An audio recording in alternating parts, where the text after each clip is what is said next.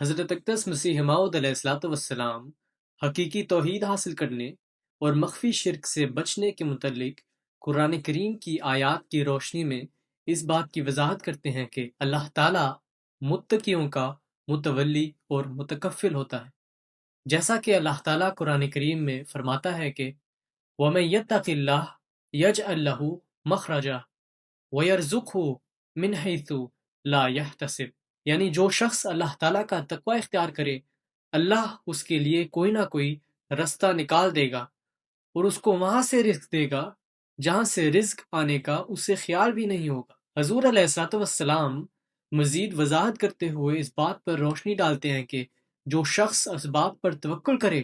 وہ گو خدا تعالیٰ کی صفات کا انکار کرتا ہے اور ان اسباب کو صفات سے حصہ دیتا ہے، یعنی ایک اور خدا اپنے لیے ان اسباب کا تجویز کرتا ہے۔ اللہ تعالیٰ ہمیں ہمیشہ تقوی کے ساتھ خدا تعالیٰ کی صفات پر کامل توکل کرنے کی توفیق عطا فرمائے، آمین۔